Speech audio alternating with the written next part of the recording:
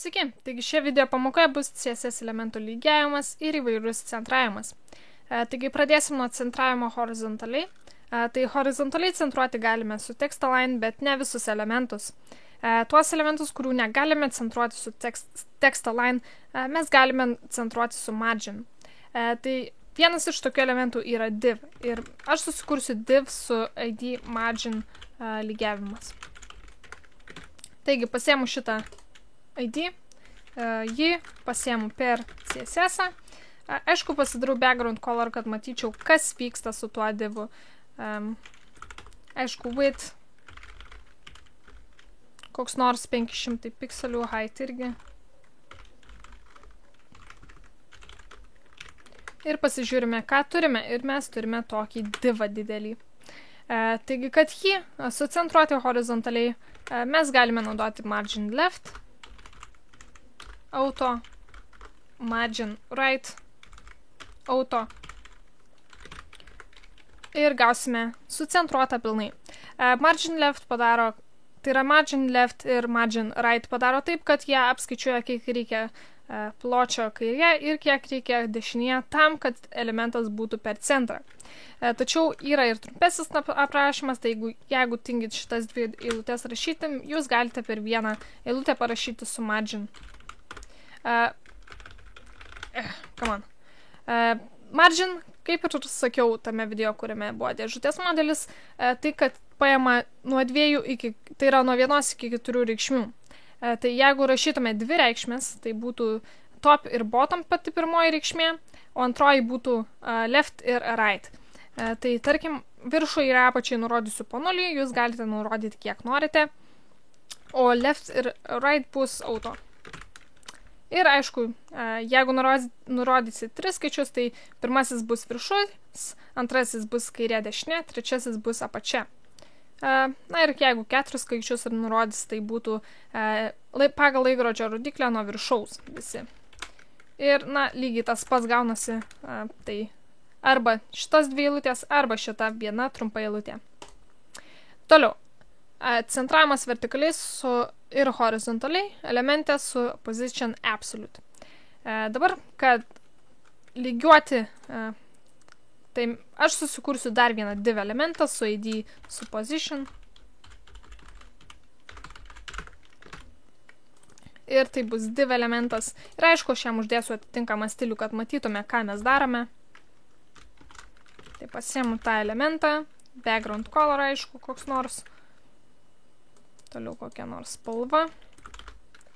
Width, height.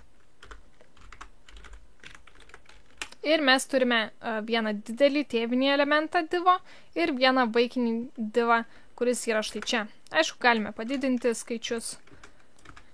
Na, bet esmė tokia bus, kad tiesiog pasimsim ir pasidarysim position absolute.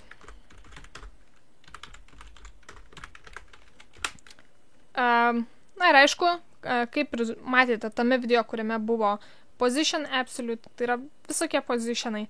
Tai mes galime po 50% nuo viršaus ir kairės paskaičiuoti, tai top 10% left 10%. Ir, na, jisai biškai kitaip paskaičiavo, nes jisai, jeigu tėvinis elementas yra static, tai jisai skaičiuoja nuo lango viršaus ir lango kairės. Taigi, kad tai apeiti, mes turime ant tėvinio elemento, kuris yra margin lygiavimas, uždėti kokį nors kitą position.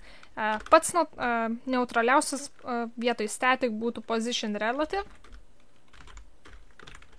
Ir todėl jis paskaičiuos 5% pagal tėvinį elementą, ne pagal langą. Taigi 50% yra štai čia, 50% yra štai čia. Tai paskaičiuotas rezultatas yra čia va. Ir kaip matote, tai nėra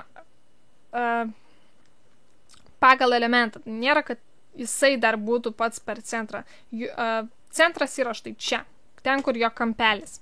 Tai todėl mums reikia transformuoti šitą vaikinį elementą, kad jisai po minus 50 savo procentų pasislinktų į tą pusę, kurią jam reikia.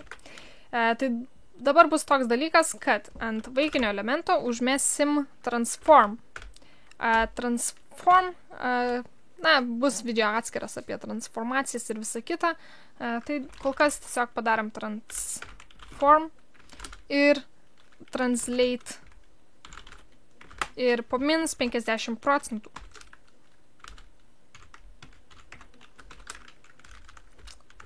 Ups.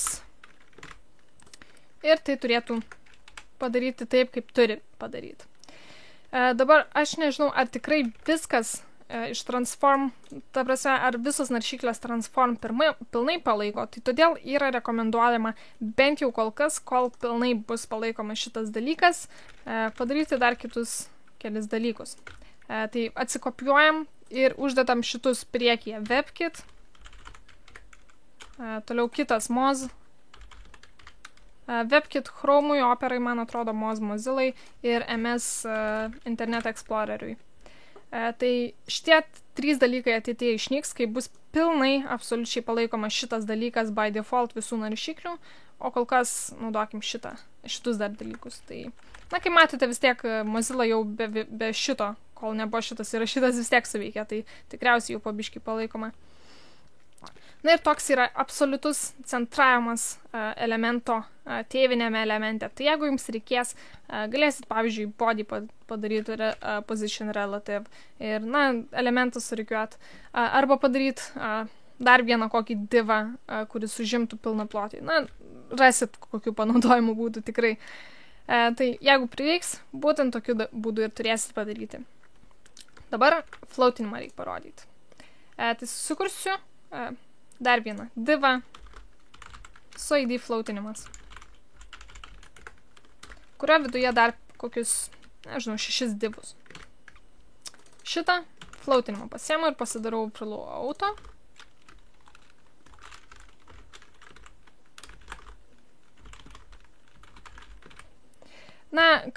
Kaip jau matėte praeitame video ar kažkuriame, kad overflow auto padarys tiesiog, kad hide būtų toks, koks pridera jam, ir kad nereiktų paskui resetint kitose divose ir panašiai. Tiesiog hide būtų šito dievinio elemento toks, koks pridera, o ne 0. Toliau kiti divai. Tai pasiemsiu iš floatinimas. Div. Tai kiekvienas div esantis šitame tėvinėme floatinimo dive, tai yra visi šiti, bus atitinkamos stiliaus. Tai iš pradžių background color, kad matytume, ką mes darome. Ir width height visokius.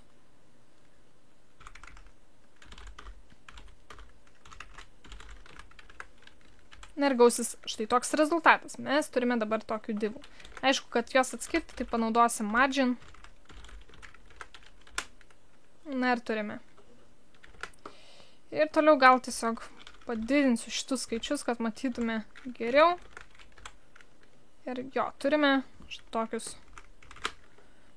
divus. Toliau lygiuoti, aišku, galime su float left, pavyzdžiui. Ir jie užims, tiek ploto, kiek jiems reikia, ir jie susilygiuos į kairę. Tai jeigu, tarkim, darysit kokius straipsnius per kelis stulpelius, pavyzdžiui, tai kad visi eitų iš eilės ir jums nereiktų kiekvienam, atskirai priskirinėti po kiek pločio, po kiek ką, čia plotis buvo panaudotas, bet, kai reikės jums tokio dalyko, tai jūs galėsit daryti float left, arba galėsit kas antras stulpelį float left, float right ir panašiai. Tai čia toks lygiavimas. Aišku, galite į dešinę, jeigu norit, bet parodžiau su left. Ir gerai, pakeičiu skaičius, aišku.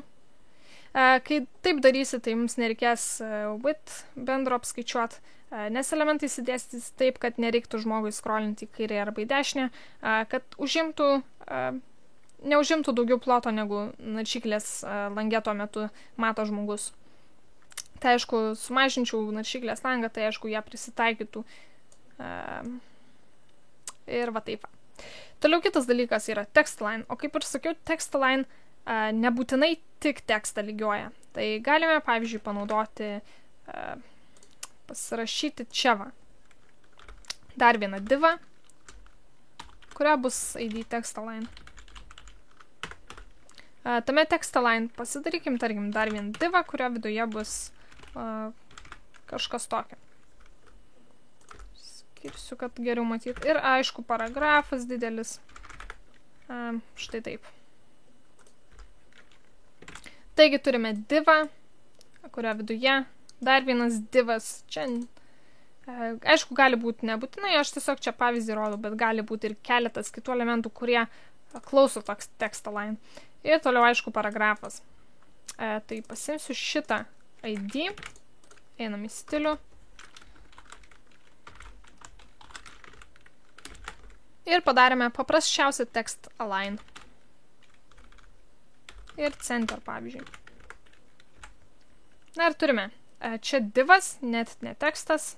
Tai kas buvo dive, viskas susilygiavo per centrą. Ir aišku, čia irgi. Text align gali būti left, right, center ir justify. Toliau, aišku, yra vertikalus arba horizontalus. Na, horizontalų ką tik pamatė, dar yra vertikalus teksto lygiavimas. Tai akivaizdžiausias variantas, kur galėtumėte panaudoti, tai būtų table. Tai susikurkim table. Su table row vienu ir tada dviem.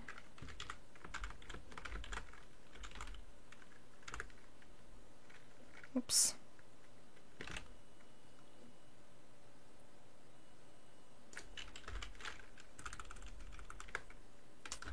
Nagi, va taip va.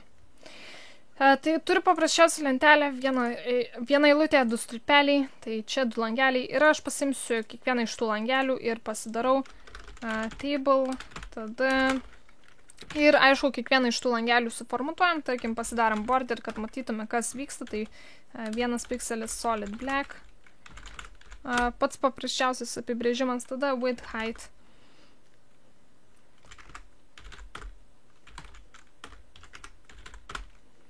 Ir aišku, by default, tekstas bus taip, tekstas taip atrodys. Ir aišku, mes galime pilnai centruoti, tai tarkim, text align center, vertical align, middle, na ir panašiai. Ir ok, tai šiai video pamokai tiek, tai tikiuosi bus naudinga informacija, tokių centravimų, position absolute, floatinimų ir taip toliau bus kitose pamokose daugiau. Tai štai tiek šiai video pamokai ir iki.